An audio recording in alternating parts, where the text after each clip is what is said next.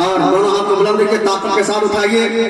بہت بڑے نقیب ہیں, پورا ہندوستان کیا باہر کا بھی دورہ کر رہے ہیں, اس لیے بلا تاخیر حضرت کو مائک دینے جا رہا ہوں. اپنے دونوں ہاتھوں کو اٹھائیں اور ان کا استقبال کریں. نعرہ تکبیر. اتنا آہستہ بولیے گا دل کی نقابت میں سن پائیے گا, یوٹیوب میں سنتے ہوں گے نا. اگر ان سے سننا ہے تو پوری طاقت صرف کر کے بولیے